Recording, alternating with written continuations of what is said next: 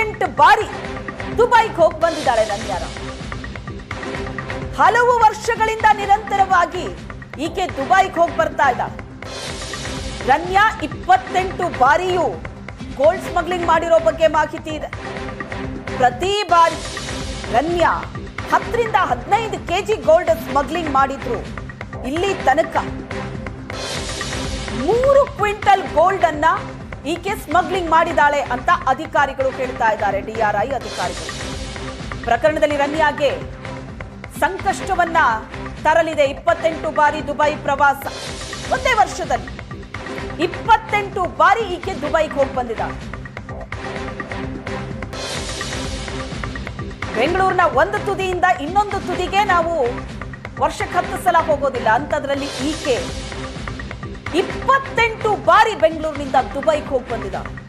ಕಳೆದ 15 ದಿನದಲ್ಲಿ 4 ಸಲ ದುಬೈಗೆ ಹೋಗಿ ಬಂದಿದ್ದಾಳೆ.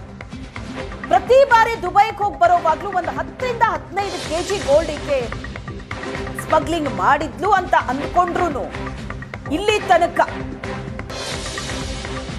3 ಕ್ವಿಂಟಲ್ ಗೋಲ್ಡ್ ಅನ್ನ ಈಕೆ ಸ್ಮಗ್ಲಿಂಗ್ ಮಾಡಿದ್ದಾಳೆ. 300 ಕೆಜಿಗೂ ಹೆಚ್ಚು ಕಳ್ಳ ಸಾಗಣೆ ಆಗಿದೆ ಅಂತ DRI ಅಧಿಕಾರಿಗಳು ಅಂದಾಜಿಸಿದ್ದಾರೆ. ಒಂದು ರಫ್ ಲೆಕ್ಕ ಇದು.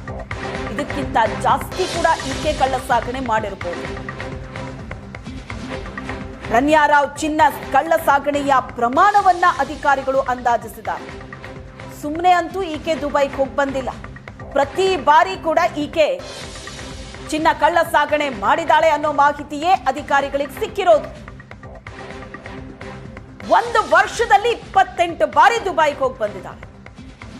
ಅಲ್ಲಿಗೆ ಸರಿಸುಮಾರು ಒಂದು 300 ಕೆಜಿಗೂ ಹೆಚ್ಚು ಚಿನ್ನವನ್ನ ಈಕೆ ಕಳ್ಳ ಸಾಗಣೆ ಮಾಡಿದಾಳೆ ಅಂತ ಅಧಿಕಾರಿಗಳು ಲೆಕ್ಕಾಚಾರ ಹಾಕಿದ್ದಾರೆ.